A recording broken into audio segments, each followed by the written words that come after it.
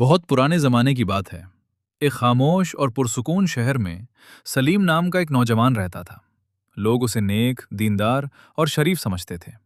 وہ 5 وقت کی نماز مسجد میں ادا کرتا، لوگوں کی مدد کرتا اور ہر محفل میں دین کی باتیں کرتا۔ لیکن اس کی زندگی کا ایک اندھیرا پہلو بھی تھا، ایسا راز جسے کوئی نہیں جانتا تھا۔ رات ہوتے ہی سلیم بدل جاتا تھا۔ وہ چھپ کر ایسے گناہ کرتا جو اگر لوگوں کو معلوم ہو جاتے تو وہ اس سے نفرت کرتے۔ ایک پراسرار جنازہ ایک دن شہر میں خبر پھیلی کہ ایک بہت بڑے نیک بزرگ کا انتقال ہو گیا ہے۔ لوگ دور دور سے جنازے میں شریک ہونے آئے۔ ہر شخص ان کی تعریف کر رہا تھا۔ وہ بہت نیک تھے، ہمیشہ اللہ کا ذکر کرتے تھے۔ سلیم بھی جنازے میں شامل ہوا، مگر آج اس کا دل عجیب بے چینی میں مبتلا تھا۔ جب میت کو قبر میں اتارا گیا تو اچانک ایک دھیمی مگر صاف آواز سنائی دی، مجھے اکیلا نہ چھوڑو۔ پورا مجمع ساکت ہو گیا، کسی نے ہلنے کی ہمت نہ کی۔ ایک آدمی بولا، کیا تم نے سنا؟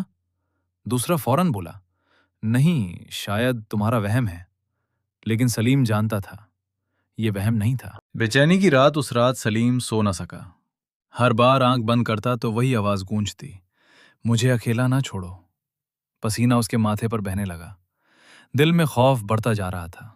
آخر کار آدھی رات کو وہ اٹھا اور قبرستان کی طرف چل پڑا۔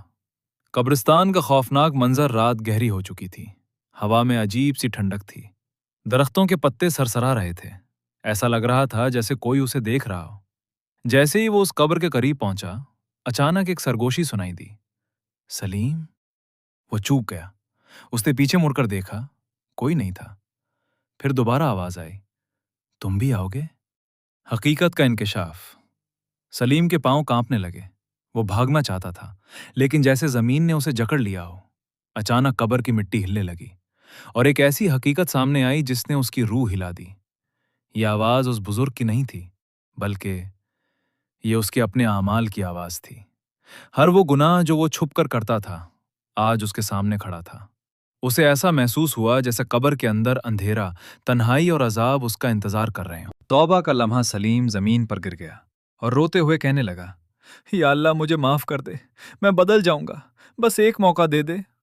اس کی آنکھوں سے آنسو رکنے کا نام نہیں لے رہے تھے۔ وہ پوری رات قبرستان میں بیٹھا رہا، توبہ کرتا رہا۔ نئی زندگی صبح ہوئی، سورج کی روشنی کے ساتھ ایک نیا سلیم پیدا ہوا۔ اب وہ صرف لوگوں کے سامنے نہیں، بلکہ تنہائی میں بھی اللہ سے ڈرنے لگا۔ اس نے اپنے تمام برے کام چھوڑ دیے اور واقعی ایک نیک انسان بن گیا۔ لوگ کہتے تھے، سلیم تو پہلے بھی اچھا تھا، لیکن حقیقت یہ تھی، اب وہ سچ میں اچھا بن گیا تھا۔ سبب: انسان دنیا کو دھوکہ دے سکتا ہے، مگر اللہ کو نہیں۔ قبر میں صرف ہمارے اعمال ساتھ جاتے ہیں۔ تنہائی کے گناہ ہی سب سے خطرناک ہوتے ہیں۔ توبہ کا دروازہ کھلا ہے، مگر وقت محدود ہے۔